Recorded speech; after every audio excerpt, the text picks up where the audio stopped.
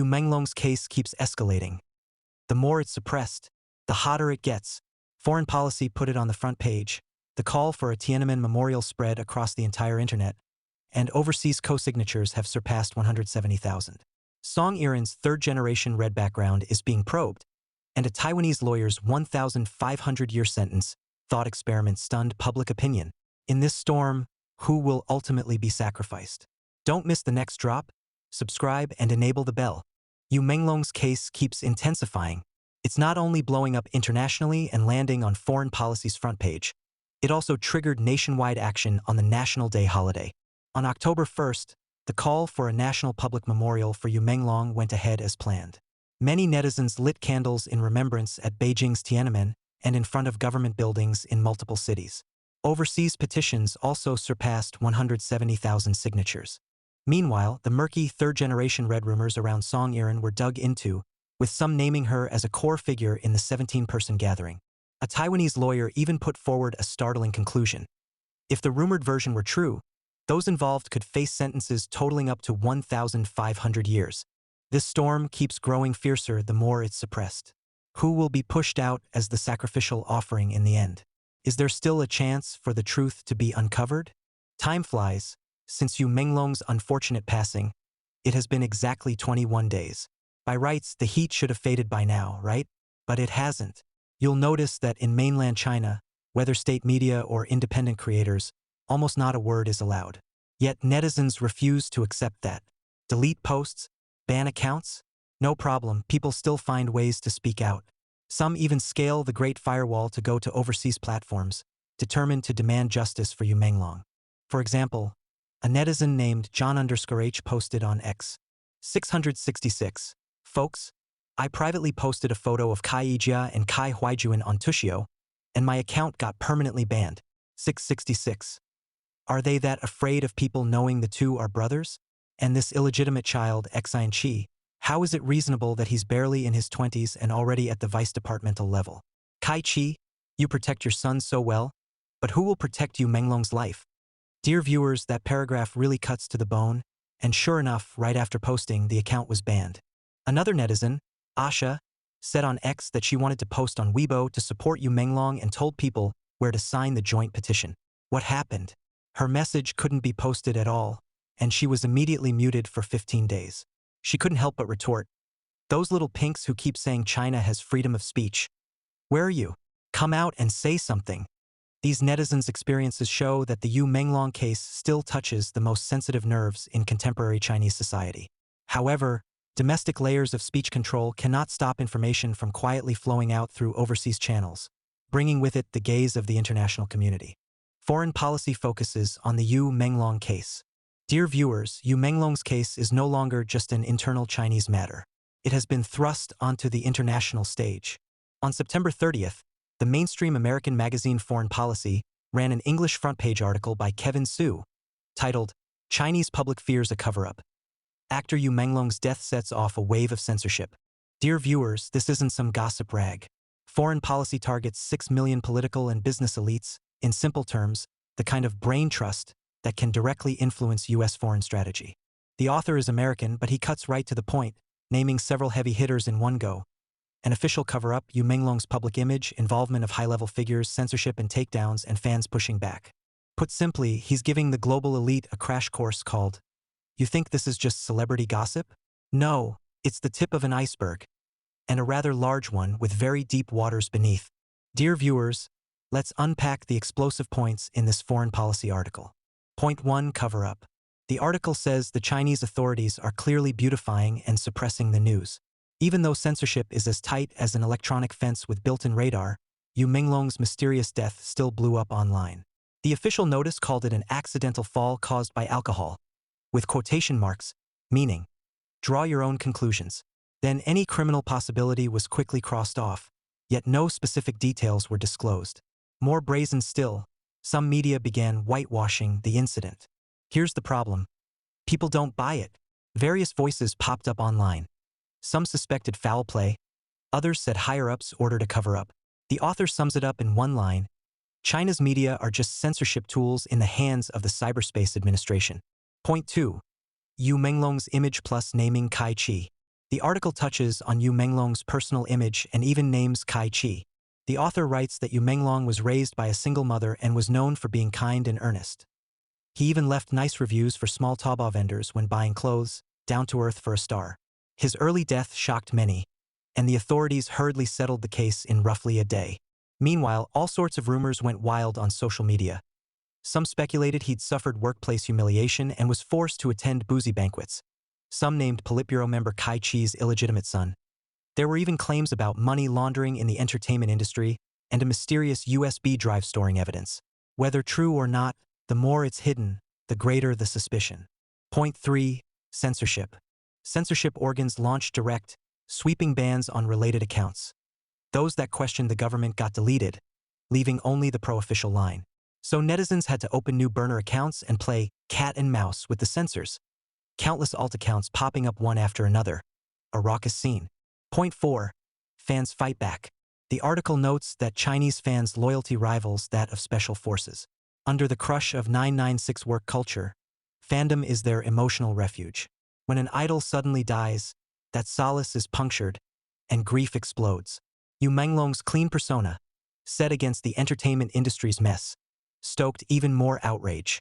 Fans began self-organized evidence gathering and theorizing, some far-fetched, others quite plausible.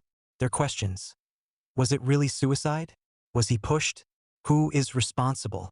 Can the police tell the truth? Fans clearly don't hold out hope. Point 5. Lack of independent media.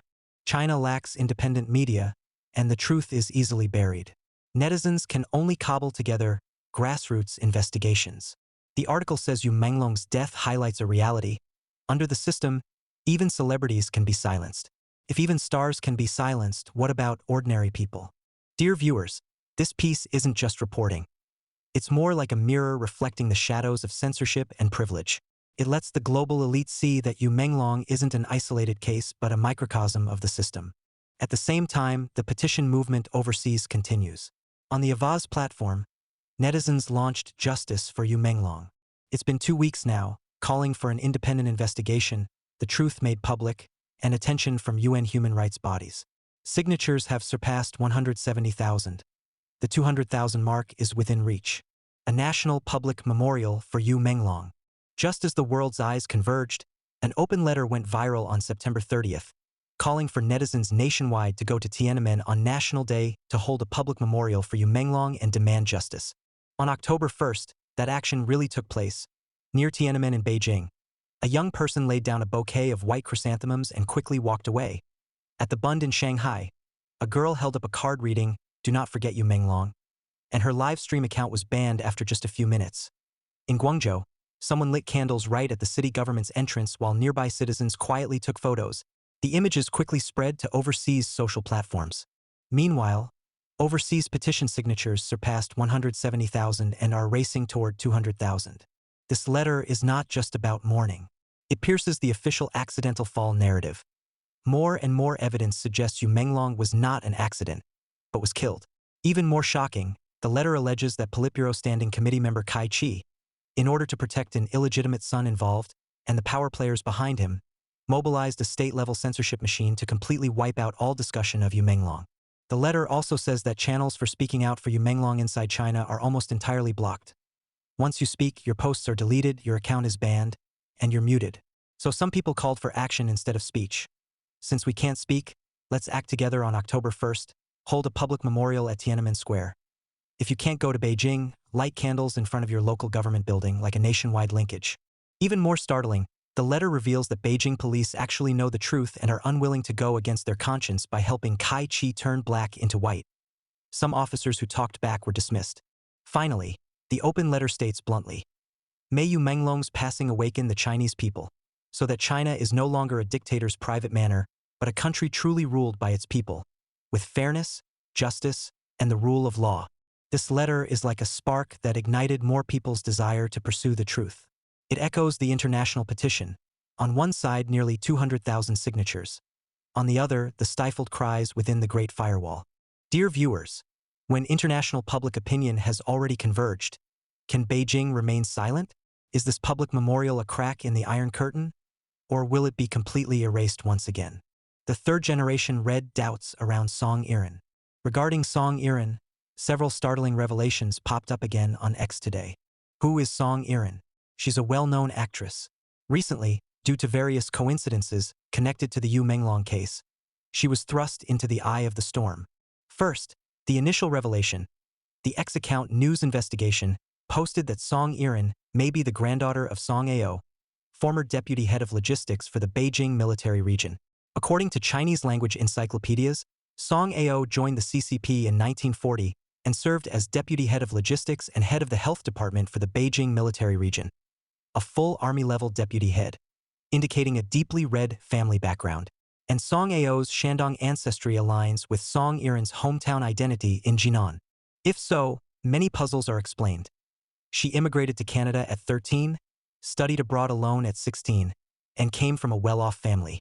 Dear viewers, isn't that a bit thought-provoking? The second revelation is even more explosive.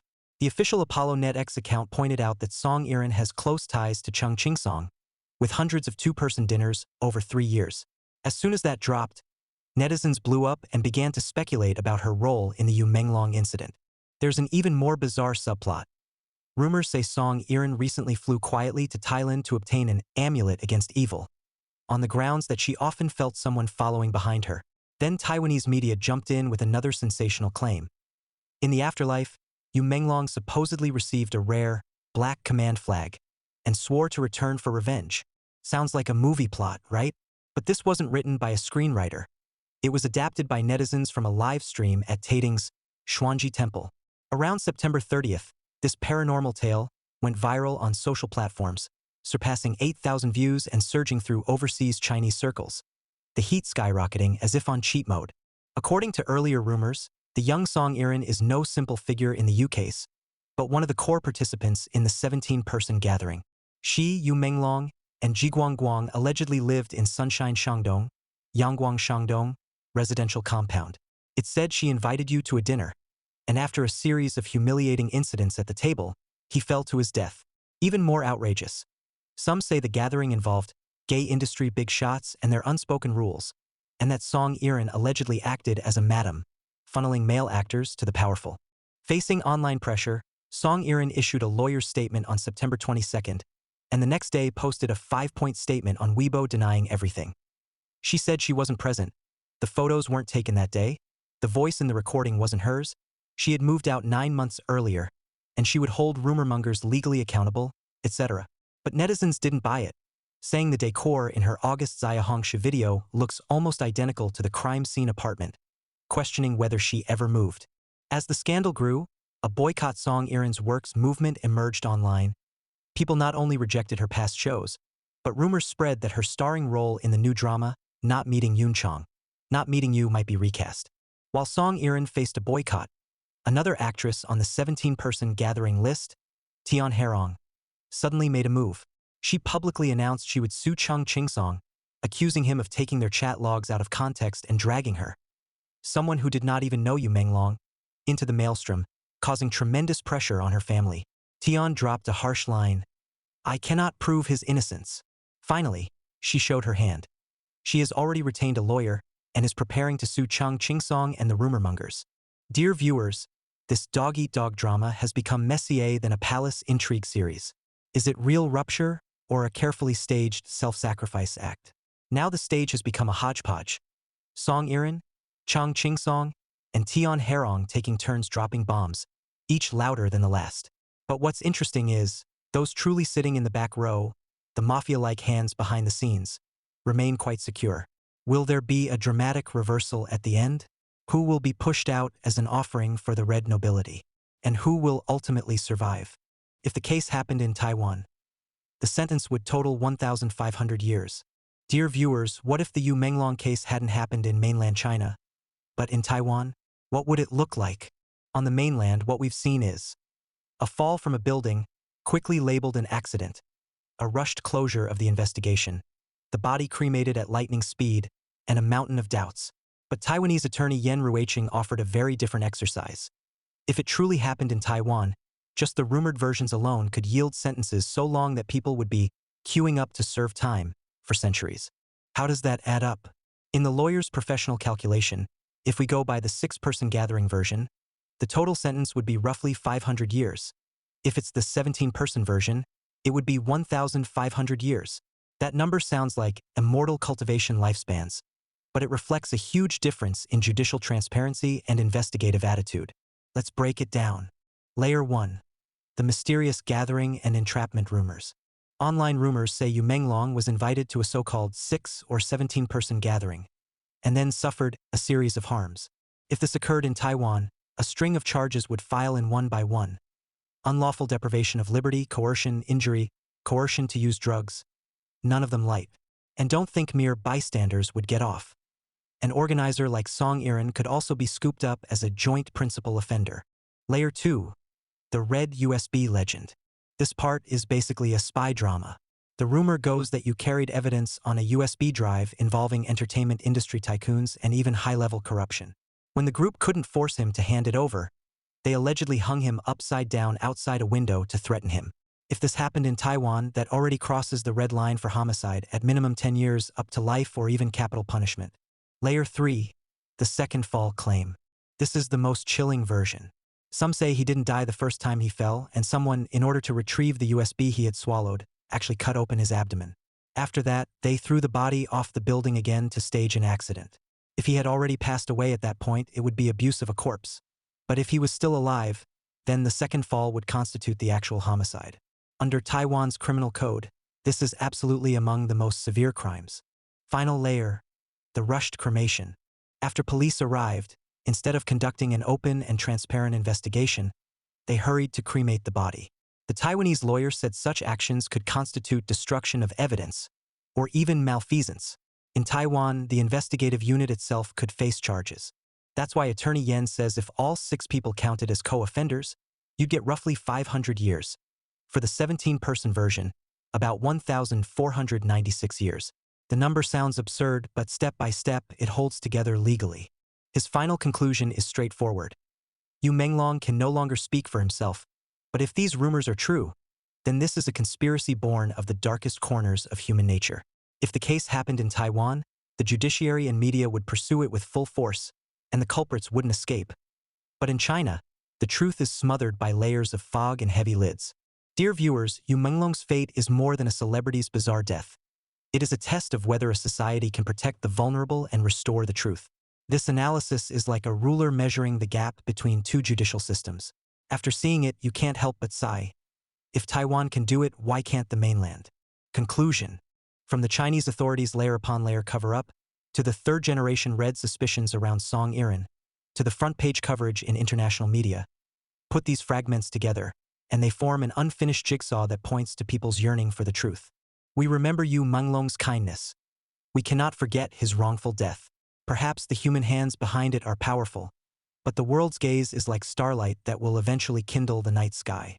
Believe this. However deep the suspense, it will one day be resolved.